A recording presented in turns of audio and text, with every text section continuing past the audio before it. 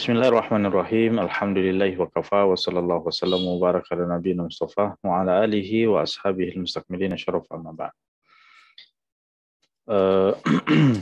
Ikhwah dan akhwat sekalian yang sama dimuliakan oleh Allah Azza wa Jal. Alhamdulillah kembali pada kesempatan yang berbahagia ini kita melanjutkan ta'lim kita membahas kitab Safinatun Najah karya Al-Allamah Syekh Salim Ibn Sumayyir Al-Hadrami rahimahullahu ta'ala. Di mana pada pertemuan yang lalu kita sudah selesai dari pembahasan a'dzarus shalah, ya. Perkara-perkara atau uzur-uzur mengakhirkan sholat dari waktunya. Ya. Artinya sholat itu wajib dikerjakan sebelum waktunya keluar, tapi ada beberapa uzur, ada dua uzur telah kita jelaskan, di mana seseorang itu tidak dikatakan berdosa, ya, ketika terjadi uzur tersebut, sehingga seseorang itu mengerjakan sholat keluar dari waktunya. Nah sekarang pembahasan kita, pembahasan yang baru, kata penulis rahimahullahu ta'ala, faslun syurutis sholati thamaniyah. Syarat sholat, ya, maksudnya di sini adalah syarat sah, ya. Syarat sahnya sholat ada 8 yang disebutkan di sini. Yang pertama adalah thaharatu al-hadatsaini, suci dari 2 hadas. Kemudian wa thaharatu 'anin najasati fi tsaubi wal badani wal makan. Yang kedua adalah suci dari najis fi tsaub, pada baju, pakaian, wal badan, pada, ya, pada badan, wal makan, dan tempat. Yang kedua. Kemudian yang ketiga adalah wasatrul aurati, adalah menutup aurat. Kemudian yang keempat adalah wastiqbalu qiblati, menghadap kiblat. Kemudian wadukhulul waqti, masuknya waktu sholat. Ini yang kelima. Kemudian wal ilmu bi fardhiyatiha. Ya, jadi ilmu atau pengetahuan bahwasanya sholat tersebut adalah sholat yang wajib. Kemudian wala ya'taqid fardhan min furudhiha sunnah. Tidak meyakini salah satu rukun daripada sholat itu adalah perkara sunnah. Ya, ini yang ketujuh. Kemudian wajtinabu al-mubtilat. Kemudian menghindari pembatal-pembatal sholat. Jadi ini disebutkan secara umum, ya. Secara umum ada 8. Adapun selebihnya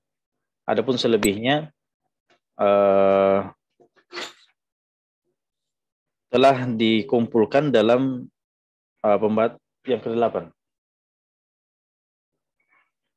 Telah dikumpulkan pada yang ke-8, yaitu wajtinab al-mubtilat, yaitu menghindari pembatal-pembatal. Karena pembatal-pembatal ini ada beberapa, ya. Jadi kita himpun di situ akhirnya menjadi 8. Karena di dalam buku-buku yang lain disebutkan secara rinci semuanya. Baik. Sekarang kita bahas satu persatu, ya, 8 syarat sah sholat di sini. Baik, jadi pasal di sini, maksud dari pasal di sini pembahasan tentang syarat sahnya sholat. Pertama, apa yang dimaksud dengan syarat? Ya, apa yang dimaksud dengan syarat? Jadi syarat itu adalah ma tatawaqqafu alaihi sihhatu as-shalah. Adalah perkara yang dengannya, ya, menentukan sahnya sholat. Oh, ya. Wa huwa laysa minha. Tapi bukan bagian daripada sholat itu. Maksudnya apa? Maksudnya syarat sah ini itu sudah dimulai sebelum sholat itu dimulai. Ya. misalnya kita ambil contoh ya.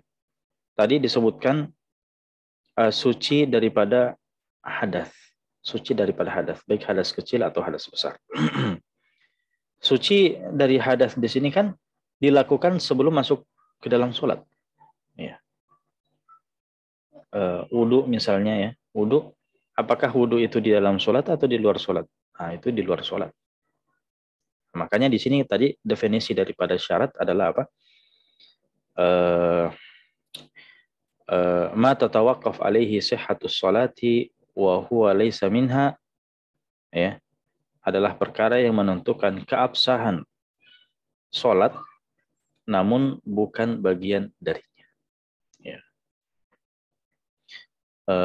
Bukan bagian darinya di sini artinya dimulai sebelum sholat, ya, tapi dia tetap berlaku, ya, tetap berlaku sampai sholat itu selesai. Misalnya tadi toharoh kalau misalnya batal di pertengahan sholat, ya kita katakan ya sholatnya juga batal. Nah, baik. Nah, di sini disebutkan wasyurutuha tsamaniyah. Ada 8 di sini disebutkan. Yang pertama disebutkan di sini adalah toharatu al-hadatsain. Suci daripada 2 hadas. Ya, suci daripada 2 hadas. Ya, maksudnya di sini adalah suci dari 2 hadas. Maksudnya di sini adalah hadas kecil dan hadas besar. Ya. Bagaimana cara bersuci dari hadas kecil dan hadas besar? Sekira ini bisa dengan menggunakan air, ya. Bisa juga menggunakan debu dengan tayamum. Ya, kalau hadas kecil kan wudhu. Kalau hadas besar kan mandi. Itu menggunakan air. Tapi kalau tidak ada air pakai apa? Ya pakai tanah, ya, pakai debu. Nah, adapun pembahasan tentang air, pembahasan tentang tanah ini kita sudah bahas. Nah, adapun dalil-dalilnya sekira banyak, ya. Kalau dalam Al-Quran Allah Subhanahu Wa Taala berfirman, ya ayyuhalladzina amanu idza qumtum ilas salati faghsilu wujuhakum wa aydiyakum ilal marafiqi wamsahu birusikum wa arjulakum ilal ka'bain. Ya. Ini tentang ayat tentang wudu. Ya.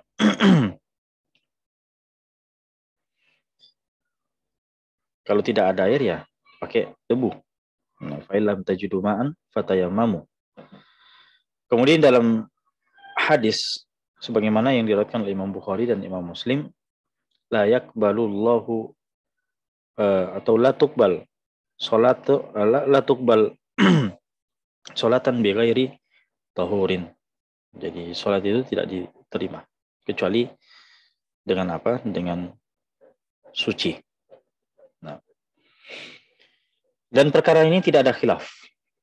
Tidak ada khilaf dalam perkara ini. Ini adalah perkara yang mujma'un alaih, telah disepakati oleh para ulama. Artinya barang siapa yang sholat tanpa toharoh, ya, artinya dia berhadas, ya. Dia berhadas, dia lakukan dan dia ketahui, dia sengaja, maka kita katakan sholatnya batal. Sholatnya batal. Bahkan kita katakan orang seperti itu yang sudah tahu kalau dia tidak suci, kemudian sengaja untuk sholat, dia sadar akan hal itu, maka ini dosa, termasuk dosa besar. Kenapa? Kenapa termasuk dosa besar? Karena dia telah mempermainkan sholat. Ya, dia termasuk mempermainkan sholat. Dia sudah tahu wudunya batal, tapi dia tidak keluar dari sholatnya, tetap melanjutkan. Nah, ini adalah perbuatan apa? Perbuatan yang diharamkan. Bahkan bisa menjadi sebab kekufuran. Jika memang niatnya untuk istihza. Niatnya untuk istihza. Memang mengolok-olok sholat, mempermainkan sholat. Ya. Sengaja sholat tidak pakai wudhu. Waliyadzubillah. Baik. Itu kalau dia ingat. Tapi gimana kalau dia lupa?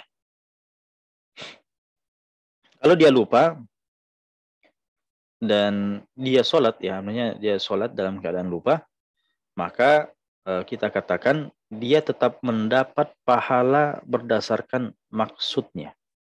Ya. Jadi karena dia lupa, ya dia tidak sadari, maka maksud sholatnya itu, niat sholatnya itu diganjar dengan pahala, tapi bukan diganjar karena perbuatannya, tidak. Jadi perbuatan sholatnya itu tidak, tapi dia diganjar dengan apa? Maksud melakukan sholatnya.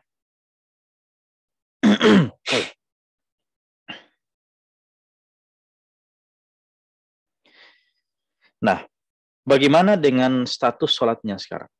Ketika dia itu misalnya sholat dalam keadaan lupa, tidak wudhu, ya, itu dalam keadaan hadas, maka kita katakan ya sholatnya itu tidak sah, ya, karena kita berbicara sekarang tentang perkara syarat sah sholat.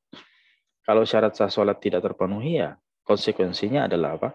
Sholatnya tidak sah. Maka kalau dia ingat, dia sudah mengingat bahwa ternyata dia tidak apa namanya, dia tidak wudhu, ya, maka wajib baginya untuk segera mengulangi sholatnya. Ya. Jadi dia keluar dari sholatnya, segera wudhu, dan apa? Mengulangi sholatnya pada saat itu juga. Artinya ketika waktu sholat itu masih berlaku, belum keluar. Ya, tapi kalau misalnya dia mengingat nanti setelah waktu sholat itu sudah keluar, maka kita katakan dia mengqadha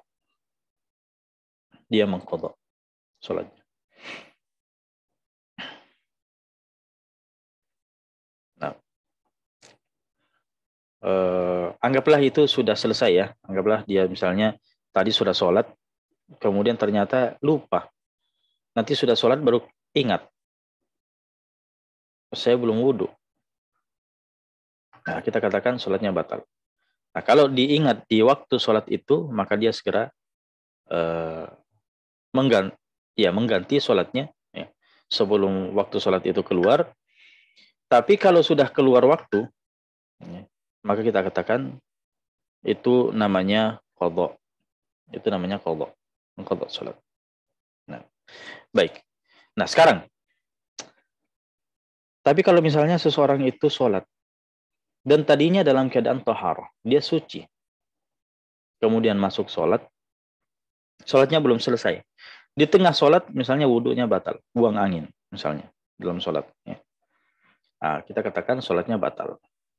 Sholatnya batal, kemudian dia keluar dari sholatnya, tidak boleh dia lanjutkan, kemudian dia ulangi.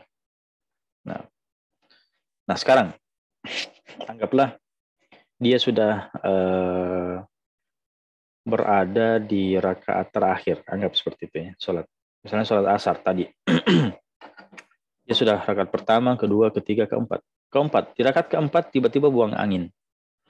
Buang angin di rakaat yang keempat. Kita katakan ya wajib dia keluar dari sholatnya. Mengambil air wudhu dan kembali mengulangi sholatnya.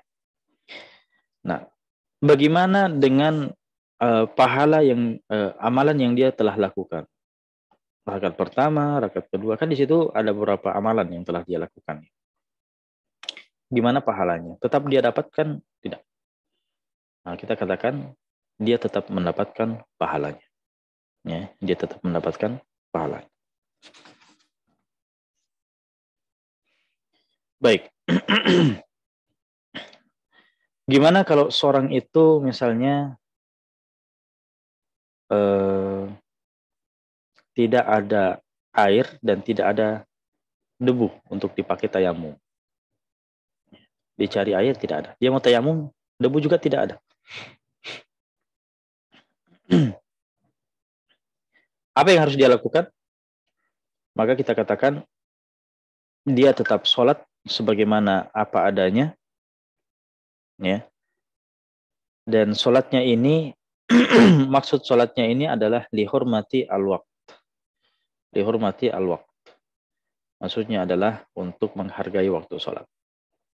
Ya. Itu yang pertama. Kemudian yang kedua, nanti kalau sudah bisa wudu atau tayamum, maka dia mengqadha. Dia mengulangi. Ya. Dia mengulangi sholatnya. Nah, tadi kita sebutkan lihurmati al-waqt. Apa yang dimaksud dengan hurmatul waqt? Menghargai waktu sholat. Ya. Maksudnya adalah al-muhafadzatu 'alal waqti bihaitsu la yakhruj min ghairi an yuqi as-salata fihi wa idza nah. Jadi itu maksud daripada lihurmati al-waqt. Artinya menjaga waktu itu jangan sampai tidak artinya kosong daripada sholat.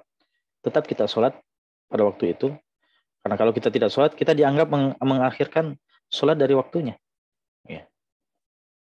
Jadi walaupun misalnya syarat sah ini tidak terpenuhi, ada orang misalnya ya, tidak dapat pakaian untuk menutup auratnya, kita katakan dia sholat sebagaimana apa adanya.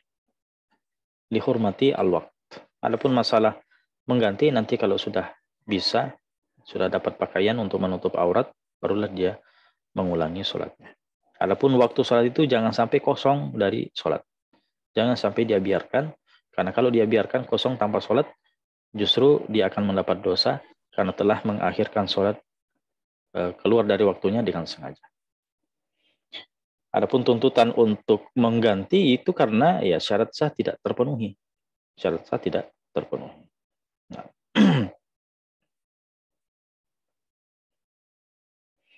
Baik.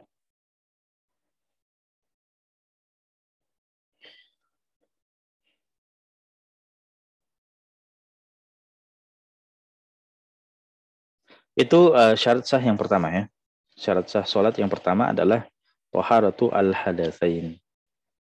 Yaitu suci dari dua hadas. Hadas kecil dan hadas besar. Kemudian sekarang kita bahas syarat sah yang kedua. Syarat sah yang kedua adalah at-taharatu 'anin najasati fi tsaubi wal badani wal makan. Yaitu suci dari najis ya. Baik pada pakaian, baik pada badan atau tempat sholat. Nah, pertama, kita harus ketahui apa yang dimaksud dengan najis di sini. Ya, pembahasan najis sebenarnya sudah lewat ya. Tapi dulu kita bahas bahwa najis itu ada dua. Najis ada dua macam. Ada yang dimaafkan, ada yang tidak dimaafkan. Nah, sekarang di sini suci dari najis. Najis apa yang dimaksud? Najis apa yang dimaksud dalam syarat sah di sini? Najis yang dimaksud di sini adalah yang tidak dimaafkan. Ya. Artinya kalau seorang itu sholat, di badannya ada najis, dilihat dulu najisnya ini apa? Najis dimaafkan atau tidak? Kalau najis dimaafkan, ya bisa dia lanjutkan sholatnya. Tapi kalau najisnya tidak dimaafkan, ya, najis yang tidak dimaafkan, maka itu bisa membatalkan sholat. Itu membatalkan sholat. Sekali dulu saya sudah bahas ya tentang hadis perkara ini. Bagi yang belum pernah menyimak, ada rekamannya ya. Bisa kembali mengecek pembahasan tentang najis. Baik. Nah, di sini disebutkan bahwa dituntut untuk suci dari najis baik pada pakaian. Ya. Pakaian di sini banyak macam ya. Ada pakaian yang memang dipakai ya. Kemudian ada pakaian yang mungkin kalau istilah kita bukan pakaiannya. Kalau istilah kita mungkin namanya perkara atau sesuatu yang dibawa. Sesuatu yang dibawa. Ya, bukan dipakai, tapi dibawa. Misalnya dipegang, ya, ada dipegang, ada di, pokoknya dibawa macam-macam. Misalnya ini, kalau songkok dipakai ya. Misalnya sorban, dia pakai sorban, dia letakkan di pundaknya, sorbannya ada najis di situ. Itu kan dia pakai, itu namanya dia membawanya. Ya, atau dia pegang saja. Itu namanya membawa. Nah, Semua itu dipersyaratkan suci dari najis yang tidak dimaafkan. Nah, kemudian dipersyaratkan juga suci dari najis pada badan. Ya. Suci najis pada badan. Badan artinya badan orang yang sholat. Orang yang melakukan sholat itu. Ya. Baik, pokoknya sekujur tubuhnya itu harus suci daripada najis. Walaupun misalnya bulu rambutnya, jenggotnya, dan seterusnya. Ya. Semua itu harus suci daripada najis. Bagaimana dengan lubang-lubang? Misalnya lubang hidung, lubang mulut, ya, lubang kelopak mata, ya. Maksudnya bola mata. Itu gimana? Gimana kalau ada najis yang sembunyi dalam hidungnya atau di dalam mulutnya, di dalam telinganya, dalam matanya? Kita katakan harus, ya, dipersyaratkan juga bagian-bagian itu suci dari najis. Mungkin ada yang bertanya, gimana dengan kotoran-kotoran hidung, ya, upil misalnya, upil, kemudian kotoran telinga, ya, atau kotoran mata, atau yang belum sikat gigi, ya, gimana dengan kotoran yang ada pada giginya? Itu gimana? Najis nggak? Nah, kita katakan itu bukan najis. Itu bukan najis. Nah, walaupun kalau bahasa kita, ya, namanya sama dengan yang keluar di bawah. Ya, kita kasih nama apa ya? TAI misalnya. TAI hidung, ya, telinga, mata, gigi, kan gitu. Namanya sama. Tapi hakikatnya atau hukumnya itu beda. Itu bukan najis. Itu bukan najis. Dan bukan itu yang kita maksud. Yang kita maksud memang misalnya najis yang tidak dimaafkan misalnya, ya. Misalnya mimisan, ya, dia keluar darah banyak. Kita katakan itu sudah tidak dimaafkan. Ya. Atau gusinya berdarah, ya. Gusinya berdarah dan banyak. Kita katakan itu tidak dimaafkan lagi. Nah, itu badan. Ya, jadi pakaian, badan, sekarang tempat. Jadi dipersyaratkan juga tempat kita, tempat yang kita gunakan sholat itu suci daripada najis. Dan maksud daripada tempat adalah tempat yang lengket dengan badan kita ketika kita sholat. Ya, jadi perhatikan tempat berdiri kita, tempat kaki kita rapat itu gimana.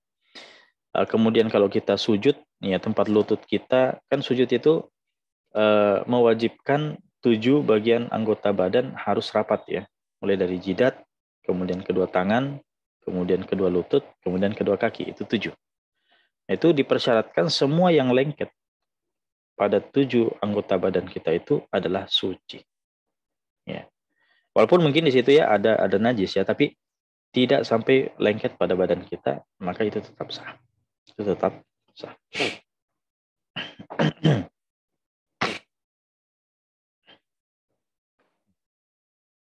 Adapun misalnya kalau kita sujud, pasti di depan dada kita, ya. Coba bayangkan kalau kita sujud, kan dada kita ini nggak rapat kalau kita sujud. Itu terangkat. Nah, pas di depan dada kita ada apa? Ada najis. Tapi dada kita kan tidak lengket ke tanah, tempat tempat sujud kita. Nah, maka ini tidak apa-apa. Salat kita tetap dianggap sah. Nah, ya. Jadi intinya bahwa salat kita itu tidak sah jika badan atau pakaian atau, ya, sesuatu yang kita pakai atau sesuatu yang kita bawa ada najis, ya. Nah, bahkan perkara suci dari najis ini tidak dipersyaratkan di awal sampai akhir sholat. Maksud saya tidak mesti. Jadi jangan pahami, ya, bahwa nanti sholat itu tidak nanti sholat itu batal kalau sepanjang sholatnya itu najisnya berada di badannya. Ya, kita katakan walaupun sepotong daripada sholatnya itu dia sholat menggunakan pakaian yang ada najis, ya. Nah, kita katakan tetap batal, sholatnya tetap batal. Nah,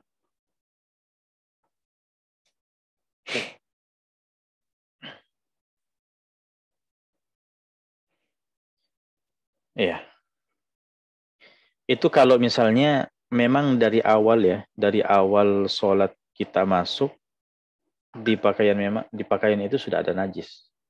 Ya. Maka kita katakan ya dari awal seperti itu sudah tidak sah. Tapi kalau misalnya dia sudah sholat, dia suci, tadinya suci, kemudian tiba-tiba kena najis di dalam sholatnya, nah, maka kita rinci. Kalau dia membuang najis itu dengan segera tanpa membawa, ya dia menepis misalnya, dia ada yang jatuh misalnya najis langsung dia tepis, ya, langsung dia tepis, maka itu tetap sah. Tapi kalau dia dia sholat kemudian kejatuhan najis, apalagi kalau najisnya basah, ya kalau basah mau ditepis pun tetap tetap membekas, itu tidak sah. Tapi kalau misalnya maksud saya kalau dia benda-benda yang agak padat, ya agak padat kemudian langsung ditepis, ya, misalnya kotoran cicak ya jatuh kena tangan kita langsung kita buang, itu tetap sah. Tapi kalau misalnya sempat diambil baik-baik, ya di bawah seperti ini kemudian dibuang, itu tidak sah. Itulah yang dimaksud tadi dengan membawa, tidak sah. Ya, diambil baik-baik misalnya seperti ini kemudian dia buang, tidak sah. Ya, tapi kalau ditepis itu tetap sah. Nah, baik. Bahkan ya, jadi untuk memperjelas maksud daripada membawa, misalnya gini, ada seseorang yang eh, misalnya ya, misalnya memegang tali, ya, memegang tali, dan talinya ini misalnya tali-tali apa? Dia punya anjing, anggaplah seperti itu. Dia punya anjing, anjing pemburu misalnya. Dia khawatir kalau anjingnya itu lepas, akhirnya dia sholat dan tetap memegang talinya yang bersambung kepada apa? Anjingnya. Kita katakan sholatnya tidak sah. Dia dianggap membawa najis. Dia dianggap membawa najis.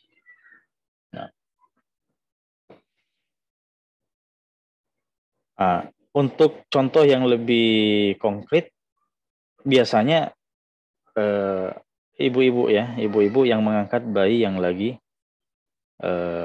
yang memakai popok, itu gimana? Bayi itu misalnya kencing ya di popoknya, kemudian dia menggendong, kita katakan sholatnya tidak sah. Sholatnya tidak sah karena dia dianggap membawa najis, membawa najis. Nah.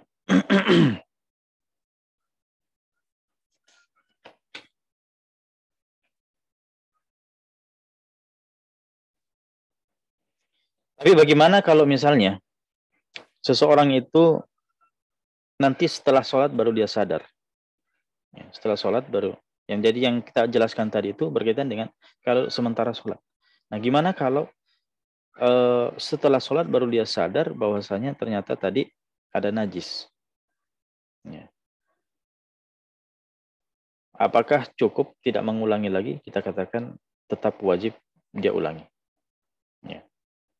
Bukan sekedar mengulangi. Pertama dia suci, dia bersihkan najis itu dulu. Ya.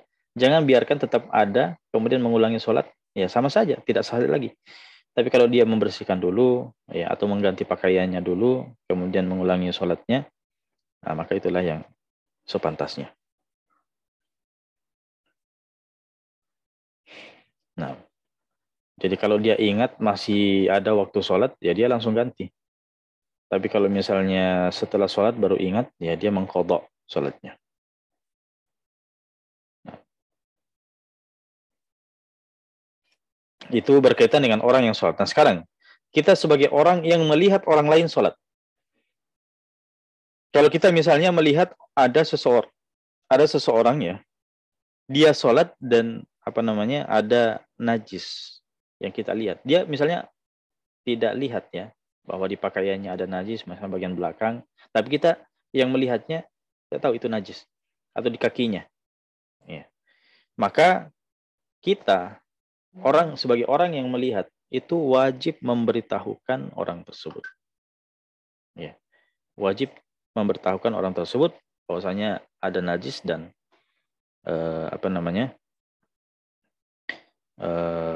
ia harus ulangi sholatnya. Nah.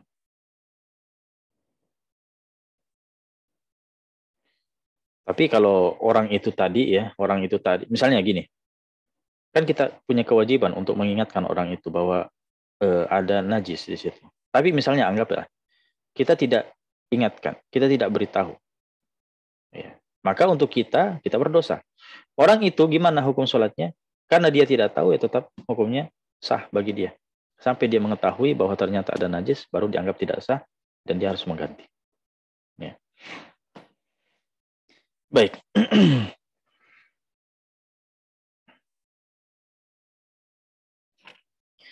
Bagaimana kalau pada badannya ada najis? Ya, najis yang kita maksud ini adalah najis yang tidak dimaafkan tadi ya. Tapi dia juga tidak dia tidak bisa mencuci najis itu, ya, atau tidak punya pakaian yang lain, maka kita katakan dia sholat lihurmati al-waqt, sebagai menghargai waktu. Sama dengan penjelasan kita di awal tadi. Ya. Dia sholat apa adanya dan nanti wajib untuk dia ulangi.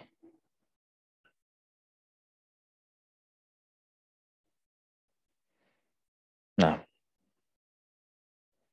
tapi kalau misalnya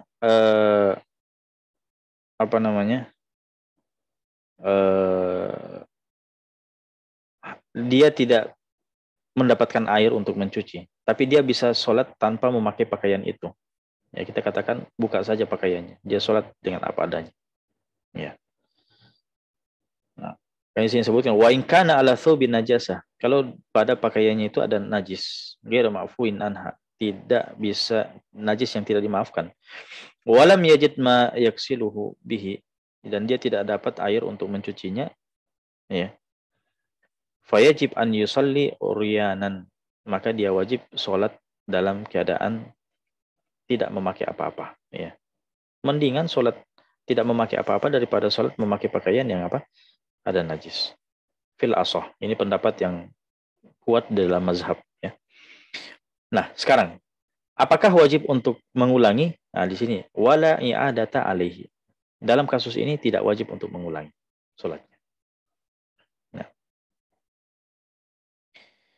Wala yusalli fi thawbin najis, dan dia tidak boleh sholat dengan pakaian yang najis, li'anna sholata ma'al ura yaskut bihal fard, karena sholat dalam keadaan dalam keadaan telanjang, ya, yaskutu bihal fard, itu kewajibannya tetap dianggap gugur, ya.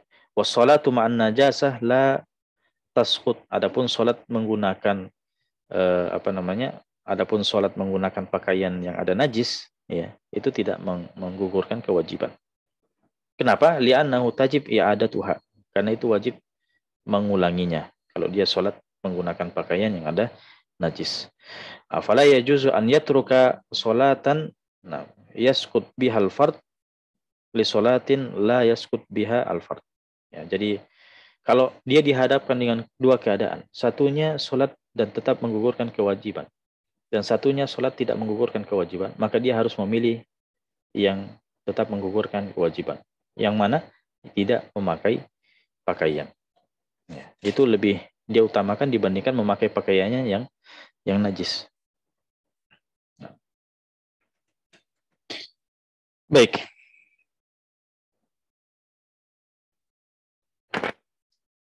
Ya.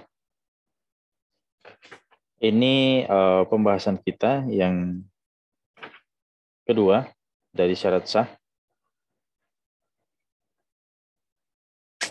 Adapun yang ketiga, Pembahasan yang ketiga adalah tentang menutup aurat ya. Sedangkan sekarang sudah jam berapa? Sudah jam 5 lewat. Ya. Mungkin sampai di sini saja dulu pembahasan kita karena pembahasan menutup aurat di sini agak panjang juga pembahasannya. Kalau saya lanjutkan mungkin waktu untuk tanya jawab nanti tidak cukup. Ya. Jadi saya cukupkan saja. Barakallahu fikum wa jazakumullahu khairan. Dan silakan jika ada yang ingin ditanyakan kami persilakan. Nah, di sini ada pertanyaan, bagaimana kalau sedang sholat terus anak masih pakai popok duduk di depan kita? Apakah sholat kita sah atau tidak? Duduk di depan kita. Kalau kita tidak membawanya, ya anak tersebut, itu tidak apa-apa. Ya, kalau sekedar duduk di depan kita, tidak masalah. Atau apa maksud duduk di depan kita? Soalnya duduk di depan kita di sini banyak tafsirannya ya. Bisa duduk tanpa bisa duduk tanpa bersentuhan dengan kita, ya bisa juga dimaksud adalah duduk di depan kita, maksudnya kita lagi duduk ya, dan dia di pangkuan kita, maka kita katakan kalau dia membawa najis, maka sholat kita tidak sah. Ya, sholat kita tidak sah. Nah.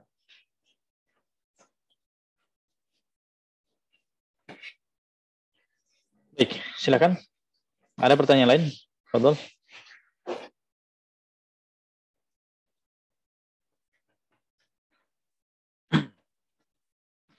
Silakan.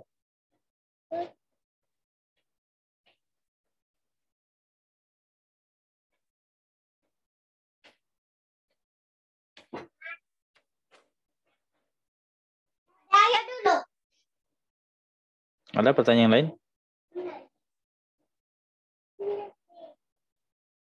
Silakan.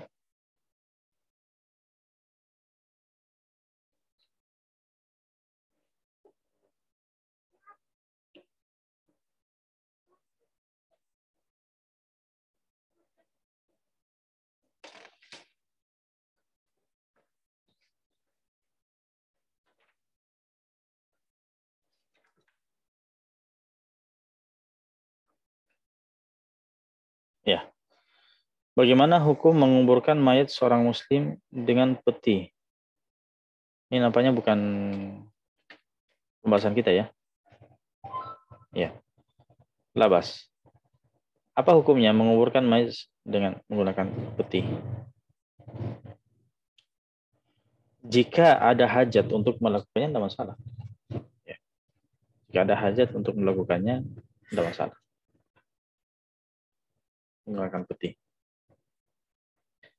Tapi kalau tidak ada hajat, ya, kalau tidak ada hajat, kita rinci. Kalau tetap dikafani, kemudian menggunakan peti, itu tidak masalah. Tapi kalau tidak dikafani, nah, maka kita katakan yang wajib adalah dikafani. Nah.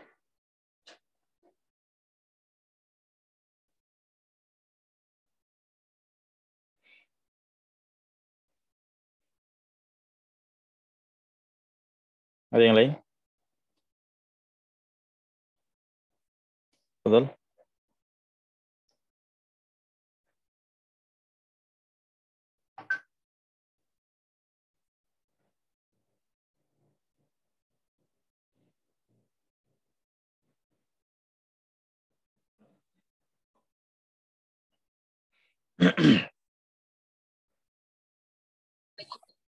Tidak ada lagi?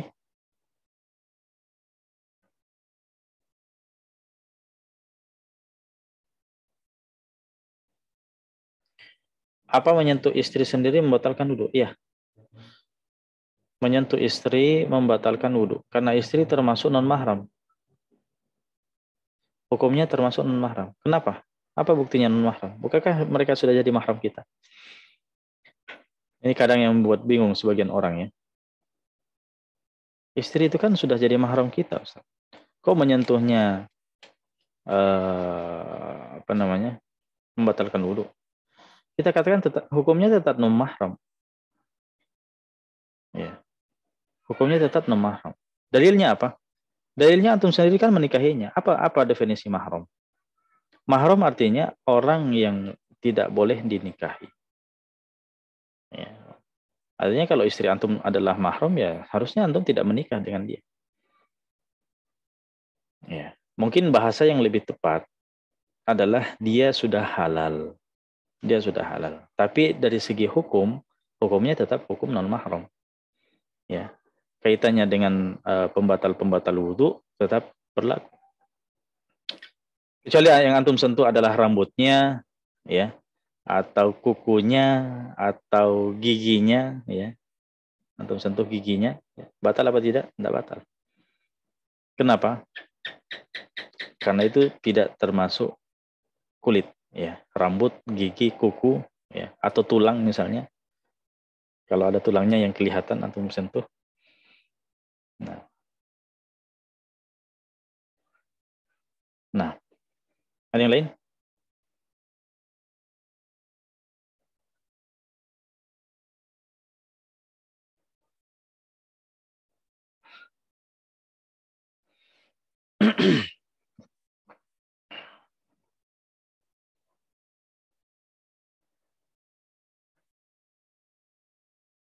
Dari Khofaltek, Akhwat?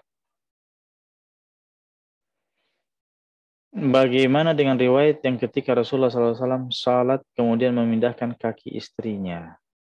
Ini tentang tadi ya, kaitannya dengan menyentuh istri. Pertama, apakah dijelaskan dalam hadis tersebut bahwa Rasulullah SAW menyentuh kulit Aisyah? Apakah tangan Rasulullah, kulit tangan Rasulullah menyentuh kulit kaki Aisyah? Kan tidak ada juga, ya, tidak disebutkan. Berarti itu masih sifatnya kemungkinan, ihtimal. Sedangkan ihtimal itu tidak bisa dijadikan sebagai dalil. Idza warada al-ihtimal batala bihi al-istidlal. Seperti itu ya.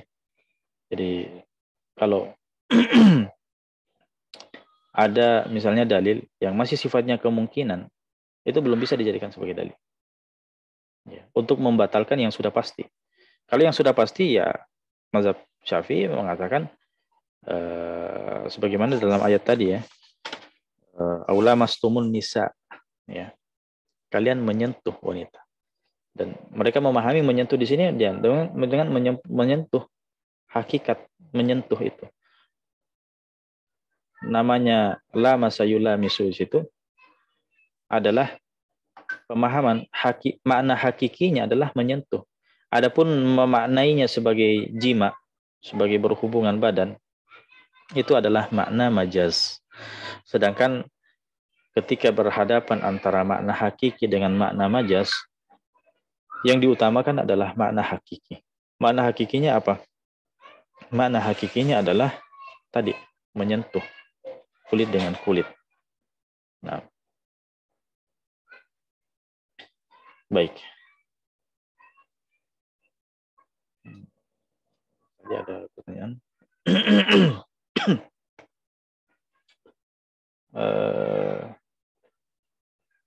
Ya, jadi kesimpulannya tadi ya, bahwa memang ada dalil memindahkan kaki istrinya, tapi itu masih sifatnya ihtimal. Ya.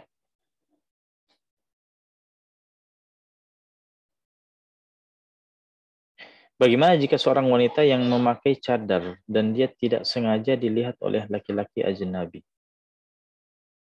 Ya, selama itu bukan karena pertama ya, wanita yang memakai cadar tadi itu dia memakai cadar dengan keyakinan apa? Kalau dia meyakini wajahnya itu adalah aurat yang wajib ditutup, ya, maka kita rinci. Kalau dia ada unsur kesengajaan memperlihatkan, maka kemudian dilihat oleh orang, dia berdosa. Tapi kalau tidak ada unsur kesengajaan, ya, dia merasa aman, kemudian dia membuka, kemudian terlihat sama orang, maka ini tidak ada unsur kesengajaan dan dia tidak berdosa. Itu pertama. Tapi kalau dia adalah wanita yang memakai cadar, menutup muka, berangkat dari pemahaman bahwa muka itu bukan aurat, ya, dia mengambil pendapat itu. Dan memakai cadar hanya sekedar sikap keluar dari khilaf pendapat ulama, ya. Sehingga dia memakai cadar karena di sana ada pendapat yang mewajibkan. Kemudian terlihat oleh laki-laki, ya, maka kita katakan dua keadaan tadi baik sengaja atau tidak tetap tidak berdosa. Kenapa? Karena dia memang berangkat dari pemahaman bahwa wajah itu bukan aurat. Ini memang masalah khilafiyah, ya. Walaupun dalam mazhab Syafi'i sendiri, kalau saya menjawab pakai metode mazhab, pakai pendapat mazhab, ya, mazhab Syafi'i wajib wanita itu, wajah itu adalah aurat dalam mazhab, sehingga wajib ditutup. Sehingga ketika terlihat oleh orang lain, kita lihat, kita rinci, ya. Kalau ada unsur kesengajaan, maka dia berdosa. Kalau tidak ada, maka tidak berdosa. Baik. Berikutnya, jika seorang ayah dengan anak perempuannya yang sudah balik, apakah membatalkan wudhu? Tidak, tidak membatalkan wudhu. Kenapa? Karena ini ada hubungan mahramiyah. Ya, ayah dan anak, walaupun sudah balik, itu tetap hubungan mahram, ya. Nah, mereka bersama Tuhan tidak membatalkan wudhu. Misalnya anaknya sudah wudhu, kemudian bertemu dengan ayahnya dan jabat tangan, ya, cium tangan dan seterusnya, itu tidak membatalkan. Nah. Apa bisa menyentuh suami dengan menggunakan alas tangan? Tidak masalah, boleh. Karena yang membatalkan itu adalah kulit dengan kulit.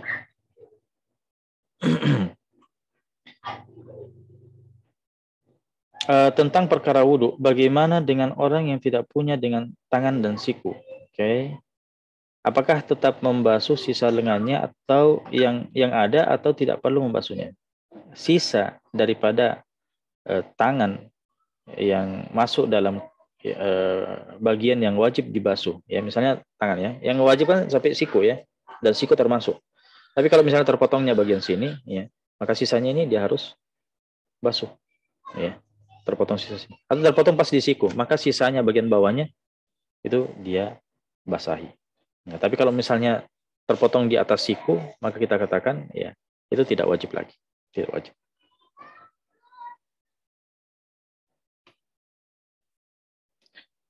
Bagaimana hukumnya jika kita tidak tahu apakah setelah balik kita pernah meninggalkan sholat fardu atau tidak? Apakah kita tidak memiliki kewajiban untuk mengganti sholat fardu tertentu? Dia tidak tahu, ya, bahwa apakah pernah meninggalkan sholat fardu atau tidak.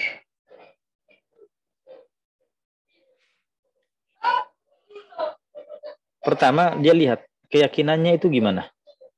Kalau dia yakin bahwa dia itu misalnya mengerjakan semua sholat sejak dia balik, kemudian timbul keraguan bahwa dia apakah pernah meninggalkan sholat atau tidak, maka tinggalkan keraguan itu. Dia tetap pada pendiriannya, yaitu dia telah melaksanakan sholat dan tidak pernah meninggalkannya. Karena bisikan keraguan itu bisikan bahwa meninggalkan sholat itu hanya keraguan, dia tinggalkan. Tapi kalau misalnya hukum asalnya dia memang tidak sholat, ya, sejak balik, kemudian timbul keraguan apakah pernah sholat atau tidak, ya, kita katakan hukum asalnya gimana? Hukum asalnya adalah dia dulu tidak pernah sholat, maka itulah yang dia yakini dan dia mengganti sholat. Nah. Ya, jadi kembali ke apa keyakinan awalnya. Kalau keyakinan awalnya adalah yakin bahwa dia sholat terus sejak balik, kemudian timbul keraguan, apakah ada yang pernah saya tinggalkan, maka dia tinggalkan keraguan itu dan dia tetap pada pendiriannya. Hukum asalnya adalah dia telah sholat. Tapi kalau misalnya memang dari awalnya dia tidak sholat sejak balik, kemudian timbul keraguan apakah pernah sholat atau tidak, maka kita katakan ya hukum asalnya tidak sholat. Kembali ke keyakinan awal. Gimana hukumnya dengan perempuan yang memakai cadar dalam sholat, walaupun di kalangan sesama akhwat? Apakah sah sholatnya? Sah, tetap sah. Tapi hukumnya makruh. Menutup muka dalam sholat hukumnya makruh, tanpa hajat. Ya, tanpa hajat. Kalau ada hajat, boleh. Tapi pastikan bagian jidatnya itu ada yang rapat di tempat sujud. Ya, kalau misalnya dia pakai cadar, anggaplah ini sekarang jilbabnya, kemudian menutup sampai di alisnya seperti ini, kemudian dia sujud di atas itunya. Nah, kita katakan itu tidak sah. Kenapa? Karena nanti pada pembahasan sujud dipersyaratkan jidat ini harus terbuka. Jadi paling tidak dia buka sedikit untuk rapat di tempat sujud. Seperti itu dalam mazhab. Nah, ya sekira cukup ya. Barakallahu fikum wa jazakumullahu khairan. Kayaknya sudah tidak ada pertanyaan. Ya. Barakallahu fikum wa jazakumullahu khairan wa sallallahu ala nabiyyina Muhammadin wa ala alihi washabihi wasallim walhamdulillahi rabbil alamin. Wassalamualaikum warahmatullahi wabarakatuh.